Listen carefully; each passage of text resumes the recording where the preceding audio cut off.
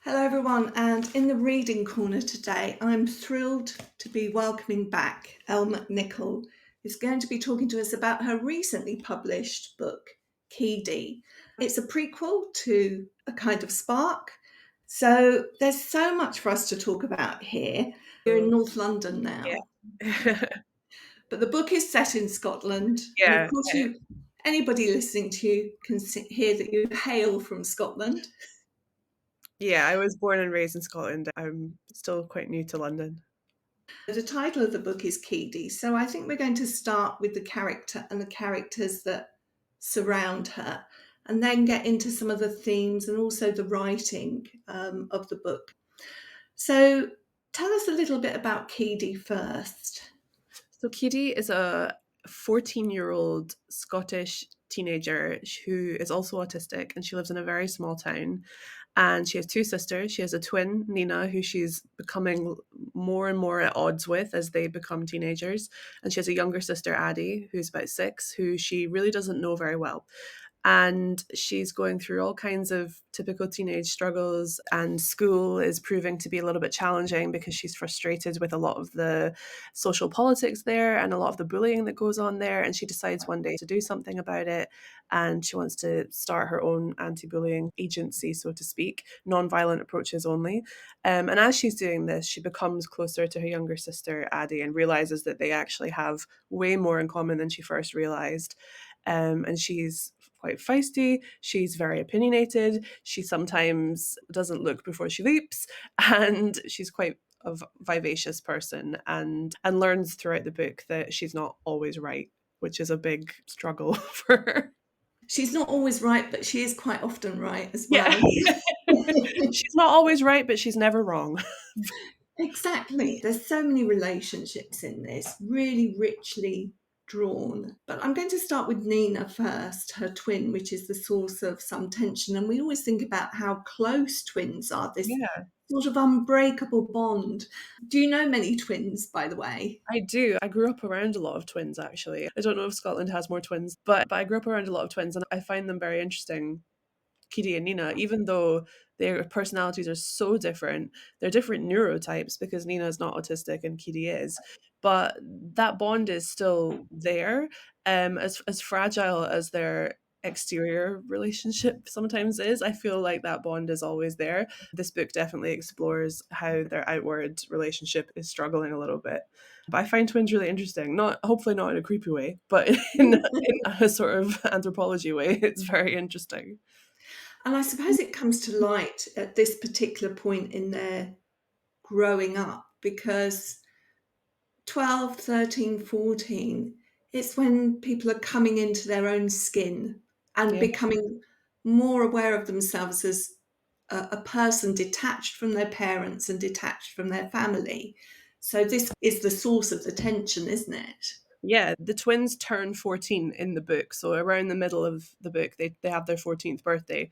And it is about that shift that I think I remember everyone telling us was coming. Everyone said, when you turn 13 or when you turn 14, you're going to start to feel different. Your emotions are going to change. And I remember thinking at about 12 years old, yeah, okay, right, fine. But then it hits you and you don't even know that it's happening. And so they are completely swept up by these changes. And they've become way more self-conscious, I think. Even Keedie, who likes to act like she doesn't care what anybody thinks, she still does care about her image and what people see. And Nina's drowning in this need to be accepted. So the self-consciousness affects them both differently, but it's definitely inspired by that time. Which, of course, is true for all teenagers, Yeah. even neurotypical teenagers. Keedie loves fashion. She's a very colourful character. I've seen that wonderful photo of you in that gorgeous pink dress. Did you buy the dress because of the stories? Well, I've always loved fashion, and the reason I chose to make Keedie that way was because I think there has always been a stereotype about autistic women and girls, that they are very brown and grey, and I don't want to say dowdy, but that they just don't like fashion. Of all the stereotypes about autism, I find that the most offensive. And so I really wanted her to be colourful and vibrant and interested in fashion. The book talks about how she goes to charity shops and she uses her creativity and her lack of funds, necessity being the mother of invention, to make this fashion wardrobe that's a bit more exciting. And that was very personal to me because a lot of the amazing autistic kids I meet when I'm touring the books are also big lovers of colour and vibrancy. It's not that I see things and go, oh, that's what Keedie would wear. That's probably an outfit that a lot of people wouldn't wear, which sometimes is the appeal. She's a big lover of fashion, and Nina, I think, is a lover of trends and style rather than out there sort of clothing. Keedie actually has two friends. Well, she has one friend at the beginning of the book, and she acquires another friend, Yes. Angel, both of whom are autistic. But I think one of the things that this does is it makes that point that autism isn't a personality. Yeah.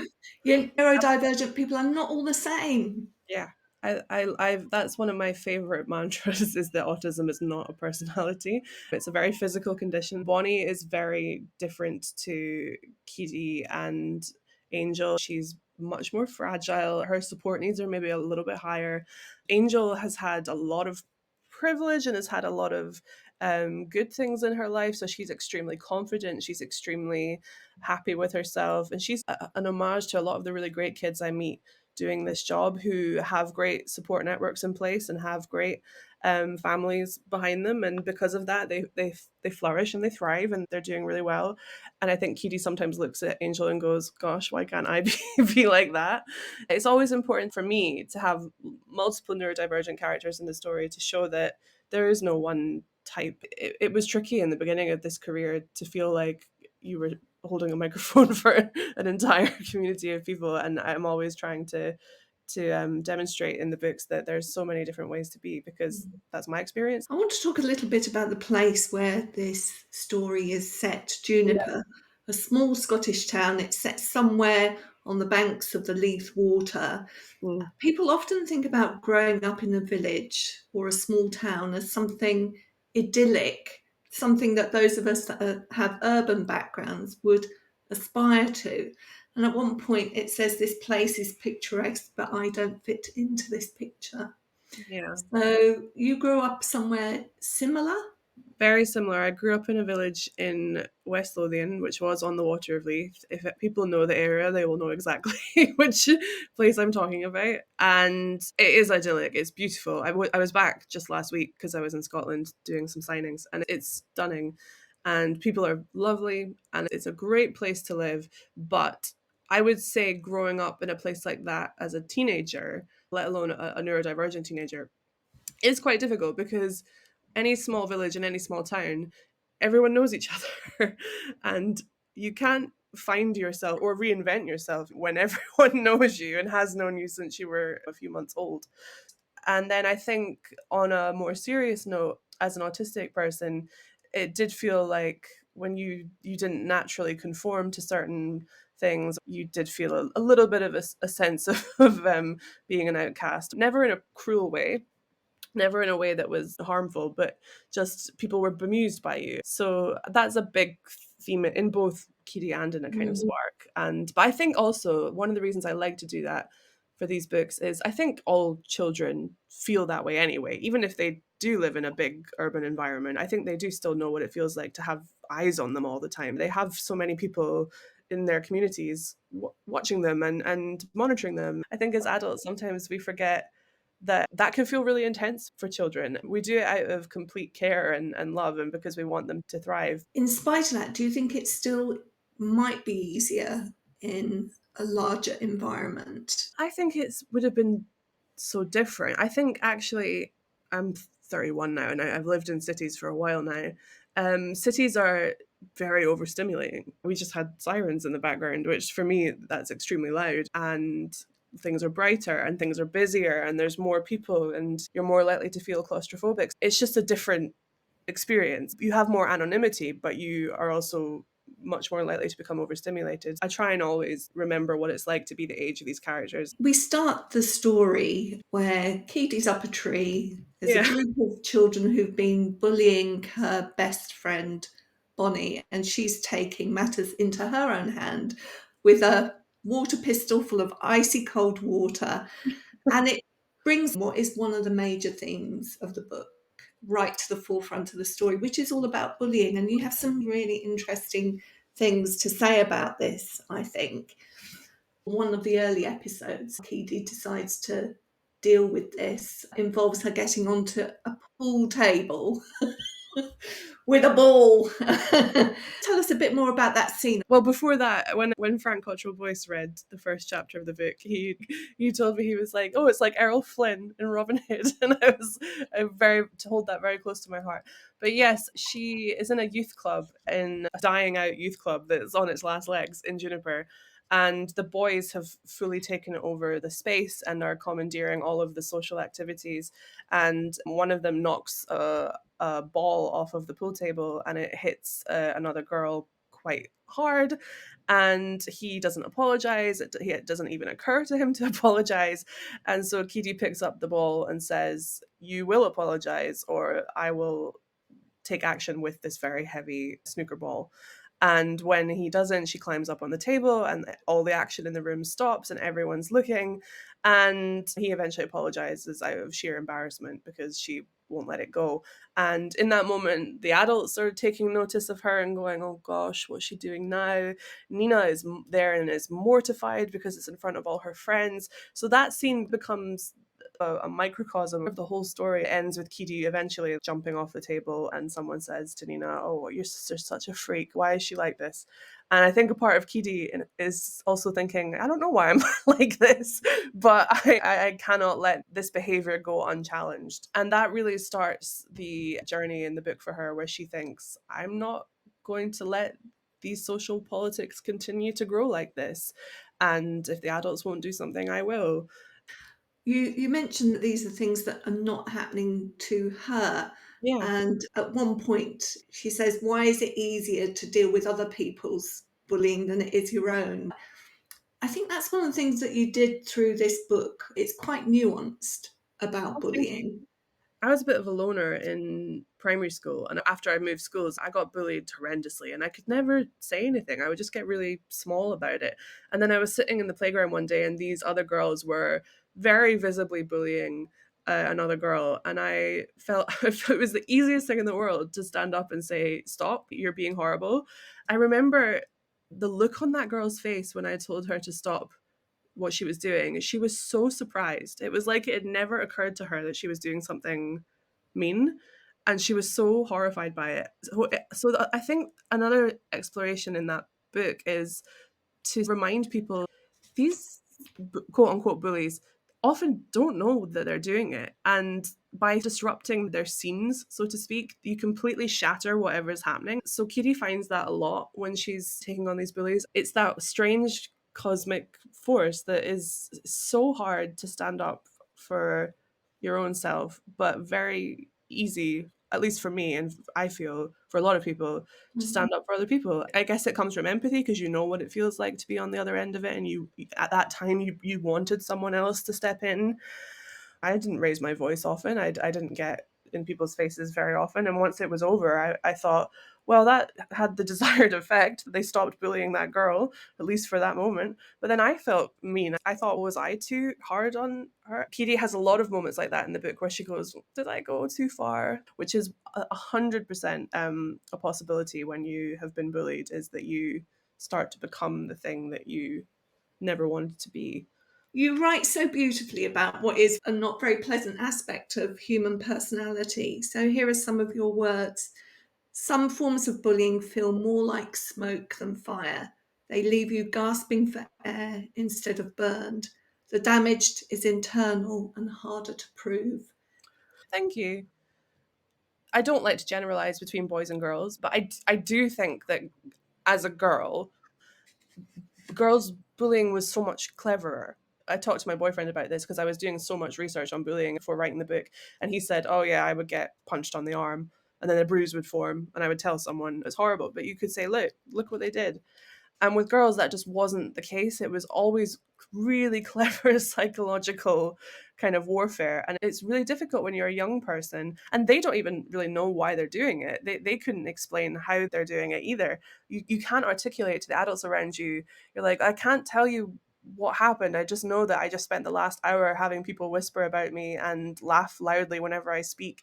That strange death by a thousand cuts that mental psychological bullying is, rather than someone pushing you in the playground. That quote from the book is definitely in reference to that, where they're not in primary school anymore, where someone pushes you in the sandpit or grabs something from you. They're now in senior school, where it's much cleverer and they're good at hiding it, and the teacher maybe has too many people to take care of that they don't notice it happening. On this same theme, you write about Nina, that she's not a bully, but she's something possibly worse. She stands to the side of the bully. She whispers into their ear, giving them a better way to do their job. I think it was Anne Fine who wrote in The Tulip Touch about an expression of hold your coat merchant, which is someone who holds the coat while the other person does the boxing, so to speak. And that's what Nina is. And it killed me to write this because I've been working on the television show with Caitlin, who plays Nina and plays her so beautifully and who's really developed the character. So it hurt to go back to her before she became this really great person. And she's a bit of a coward and a bit of a sneak. And she doesn't want to do the ugly stuff, but she gets great pleasure from watching it. And I think that's survival. She just doesn't want to be on the other end of it ever. So she's worked out a way to protect herself. It really galls Keedie because Keedie knows that Nina's better than that. I just want to say that in spite of feeling guilty about writing Nina in that way, it never comes across that you don't like her. I think because at the end of the day, she's 14. I don't know. I meet so many kids in this job. And by kids, I don't just mean primary school. I mean the senior school kids too. I meet a lot of year 7, year 8s, year 9s.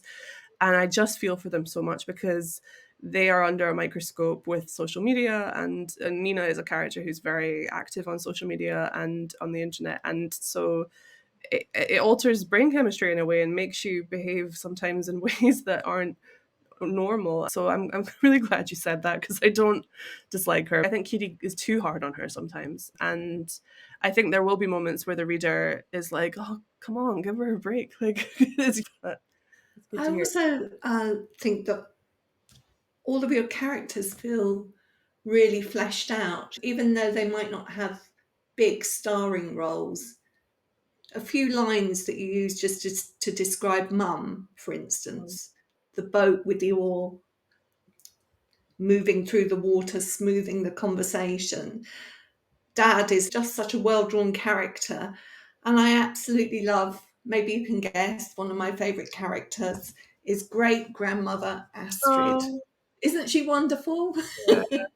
Well, I could try and talk to her about her without crying. She's was so much fun to write. There's no death in this book because a lot of people were reading the book and they would say to me, "Oh my gosh, you keep mentioning this great grandmother. Is something going to happen to her?" I said, "No, no, no, no, it's not. She's fine." But there is one big chapter where she and Keedie have a heart to heart, and it's probably the most autobiographical thing I've ever written because that was my grandmother was a Norwegian refugee from Nazi occupation, and a lot of what she says in that is what she used to say to me. I wrote it in one go and didn't touch it afterwards because I couldn't really go back to it. I haven't read it since.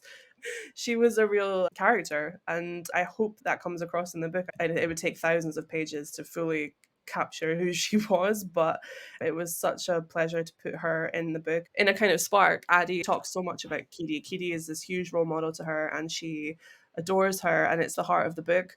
And I think I wanted to show that Keedie had that person too at one time, and that was probably Astrid before her memory started to go. It's interesting because that obviously comes off the page. It's one of those memorable chapters. It definitely sticks with you. Oh, thank you. I wanted to talk a little bit about the structure of writing.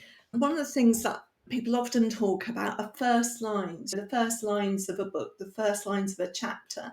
I actually think that final lines are the punctuation and Yeah, the pacing of the story, and you're very good at the last lines of thank chapters you. and the last line of the book as well. Well, So thank I won't say what the last line of the book is, but I will ask you whether you knew it was going to be the last line of the book.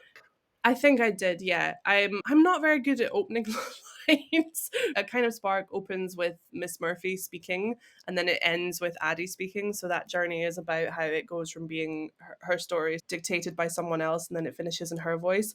And Keedie's book starts in her voice and ends in her voice, and that was quite deliberate because she does develop and change a lot in the novel, but she is fundamentally at her core who she is. And I knew the last line was going to reference what it did in some way. And I've loved how much the kids have loved that line. They get in touch a lot about it, and it's very special. And I agree with you. I think last lines are very important. I don't think it's a spoiler now to say that the last line of A Kind of Spark is "We're going to dress as witches." That was always going to be the end of that story. And I think for this one as well, I knew without saying what it is that it would reference that in some way. Um, Mm. and kids liked it a lot, which is always really nice to hear. One thing that we haven't talked about is the other strand in this story where Keedie is actually researching the history of Yeah. Juniper. Perhaps tell us a bit about that. If anyone's read A Kind of Spark or watched the show, that you'll know that it is about the historic witch trials of Scotland.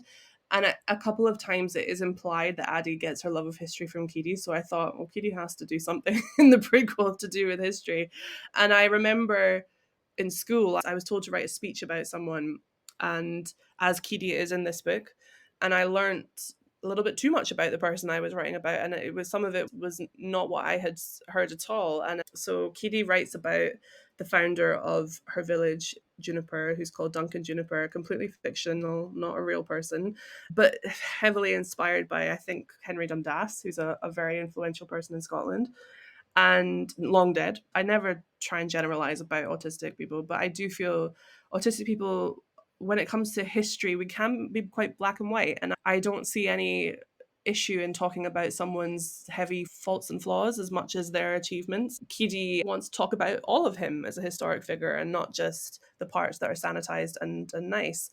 And it felt quite timely, and it is something that I talk a lot about in schools, and it's something that children are really engaged in when I talk to them about it. I guess you've talked about this quite a lot already, but for our listeners, I think it would be interesting to get a sense of what it's like working on the television series, being in the writer's room, and script writing is so very different to writing a novel. It is so interesting. It is so different. We were just talking about how it's a great thing is to write last lines of chapters. You don't get to do that in a script. You don't get to do any description really or any prose. You just do the dialogue and the stage directions. And in some ways that's freeing. You don't have to think, well, how do I phrase this really nice descriptive bit of prose? You just think about what people have to say or what they're trying not to say more interestingly. But it is so different, and it's very strange to be on a TV set of something that was for so long just in your head. And it's strange to meet people, and the kids on the show. I say kids, they're all 21, but to me they're kids. They are so passionate about the characters, and it's so much more than a job to them. So it's very humbling and emotional to meet them. Lola, who plays Addie, had this notebook full of notes that she'd taken and that she'd thought about, and she'd perfected Addie's handwriting and what it would look like. If you want to write scripts, you really have to just turn off that self-conscious voice, exactly as you would with writing a novel. And you have to also be prepared for last minute changes constantly. So the script is constantly changing up until the camera stops rolling almost. And that's a very different process to writing novels. When I was writing season 2, I had the kids in my head that time around. I could see them and I could hear how they were going to say the lines. So it was very strange, very different. And I do think of them as two different things. I guess you have to be a certain kind of writer to acknowledge that it's now co-creation rather than your creation. And you can either embrace that or feel irritated by it, I guess. Well, I was so lucky because it was all women that brought A Kind of Spark to TV. It was female producers, and the co-writers were women on season 1. Anna, who was the co-writer and the showrunner, was just so respectful and so understanding that it was a very personal book. And I was always very stern about respecting the audience and respecting the children that the books are about. And not taking them for granted. And they all understood that. And that's very special and that's very rare. I was so lucky that they were respectful of me. And I didn't mind when they said, oh, we want to give Nina a boyfriend in season 1. I said, do it. That's fine. And their ideas were really good. I'm really proud of what we've all made together. Fantastic. Elle, it's been such a delight to talk to you again. Thank you so much. Well, thank you. Those questions were amazing.